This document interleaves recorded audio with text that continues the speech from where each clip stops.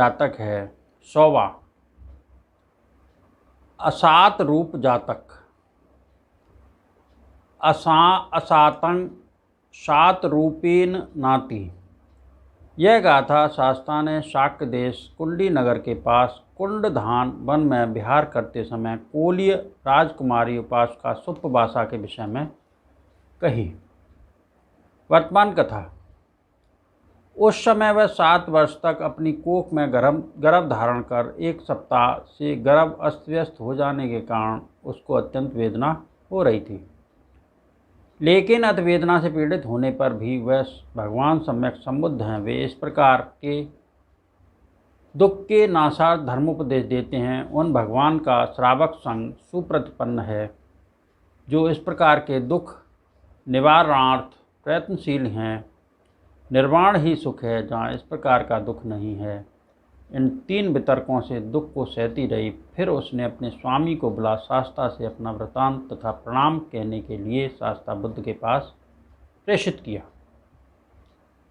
शास्ता ने उसका प्रणाम करना सुनते ही कोली कुमारी सुप्पवासा सुखी हो स्वयं सुखी रहकर आरोगी पुत्र को जन्म दे। भगवान के मुंह से वचन निकलने के साथ ही कोली कुमारी सुप्पवासा सुखी हो गई और उसने स्वस्थ पुत्र को जन्म दिया। उसके स्वामी ने घर जाकर उसे प्रसूता देख कहा, भो आश्चर्य है, अत्यंत आश्चर्य है, तथागत के प्रताप से अत्यंत आश्चर्य है। आश्चर्य कर अद्भुत तथा विचित्र बात घटना हुई। सुप्पवासा ने पुत्र को जन्म दे अपने स्वामी को बुद्ध प्रमुख भिक्षुशंकर को 1 सप्ताह पर्यंत महादान की इच्छा से निमंत्रण देने के लिए पुनः शास्ता के पास भेजा।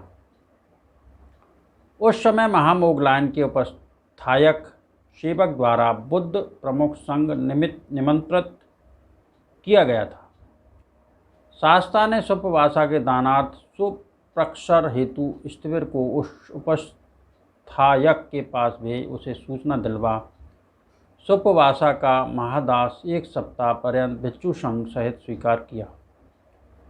सुप्पवासा ने 7वें दिन शिवली कुमार पुत्र को सजाकर उससे शास्ता और भिक्षु संघ को प्रणाम कराया। उसे क्रम से सारपुत्र ईश्वर के पास जाने पर सारपुत्र ईश्वर ने उससे क्यों शिवली अच्छी तरह कुशल से तो हो कुशल क्षेम पूछी। उसने कहा, भंते मुझे सुख कहाँ, मैं 7 वर्ष तक लोह कुंभी नरक में रहा। कह स्थिविर के साथ इस प्रकार बातचीत की।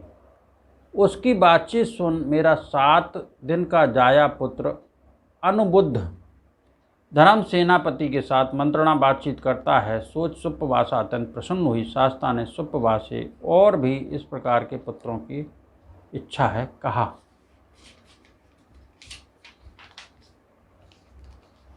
बनते यदि इस प्रकार के और 7 पुत्र मिलें तो 7 को चाहूँगी। शास्ता उदान के दान का अनुमोदन कर चले गए। शिवली कुमार 7 ही वर्ष की आयु में शासन में अत्यंत श्रद्धापूर्वक प्रवज्जित हुए।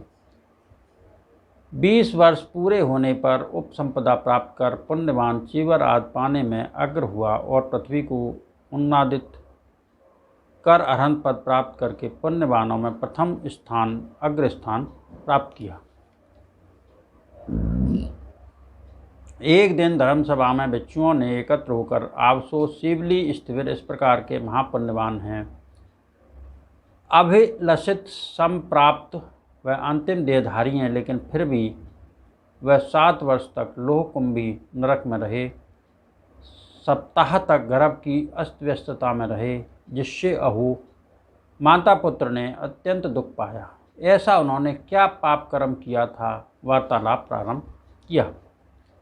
शास्ता ने वहां जाकर भिक्षु इस समय बैठे क्या बातचीत कर रहे थे पूछकर यह बात कहने पर शास्ता ने भिक्षु शिवली का महापुण्यवान होना, 7 वर्ष तक लोह कुंभी नरक में रहना, सप्ताह भर तक गर्भ का अस्त व्यस्त रहना, यह उसके अपने किए कर्म का ही फल है और सुप्पवासा का भी। 7 वर्ष तक गर्भ वहन करने का दुख तथा 7 दिन तक गर्भ के अस्त व्यस्त जनित दुख उसके अपने किए कर्म का ही फल है। क्या उनके प्रार्थना करने पर पूर्व जन्म की कथा कही। अतीत कथा। पूर्व समय में वाराणसी नृप राजा ब्रह्मदत्त के राज करते समय बोधसत्व ने उसकी पटरानी की कोख में जन्म ग्रहण कर वयस्क को तक्षशिला में सब शिल्पों को सीख पिता के निधनोपरांत राज्य प्राप्त कर वह धर्मानुकूल राज्य करने लगा। उस समय कौशल नरेश ने बड़ी भारी सेना के साथ वाराणसी को जीत राजा के पुत्र ने पिता के मरने के समय जल निकास वाले मार्ग से भाग सेना एकत्र कर चारों ओर से वाराणसी नगर को भी घेर लिया। उसने लकड़ी, पानी, अनाज, भात की कमी होने से मनुष्य पीड़ित हो जाएंगे, इस प्रकार तू बिना युद्ध के भी नगर को ले सकेगा। उससे माता का संदेश पा मार्गावरोध कर 7 दिन तक नगर को घेरे रखा। नगर निवासियों ने मार्ग न पाने पर 7वें दिन उस राजा का सिर ले जाकर कुमार को दिया। कुमार ने नगर में प्रवेश कर राज्य ग्रहण किया। आयु समाप्त होने पर वह कर्मानुसार परलोक सिधारा। उस समय के 7 दिन तक लोगों का मार्गावरोध कर नगर को घेर कर जीतने के कर्म फलस्वरूप वह उस समय 7 वर्षों तक लोक कुंभी नरक में रह कर 7 दिन तक गर्भ की अस्त व्यस्तता में रहा। लेकिन जो पदोत्तर बुद्ध के समय महादान देकर मैं प्रत्यय लाभ प्राप्त करने वालों में अग्रचरणों में प्रार्थना बलवती इच्छा की, और जो विपस्सी बुद्ध के समय नगर निवासियों सहित सहस्त्र के मूल्य का गुण दधि देकर प्रार्थना की, उसके प्रताप से वह वस्तु लाभ पाने वालों में प्रथम हुआ। शास्त्रा ने पूर्व जन्म की कथा उपस्थित कर बुद्ध हुए रहने पर यह गाथा कही। आसात मधुर स्वरूप, अप्रिय प्रिय स्वरूप, दुख सुख स्वरूप होकर प्रमादी आदमी को जीत लेता है।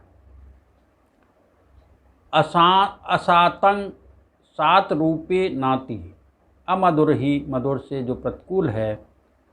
पमत्त मतिवत्त तीति, अमधुर, अप्रिय, दुख, इन तीनों को इस मधुर स्वरूप आदि आकार से स्मृति की अस्थिरता के कारण प्रमादी आलसी आदमी को लांघ जाते हैं, जीत लेते हैं, नीचा दिखा देते हैं।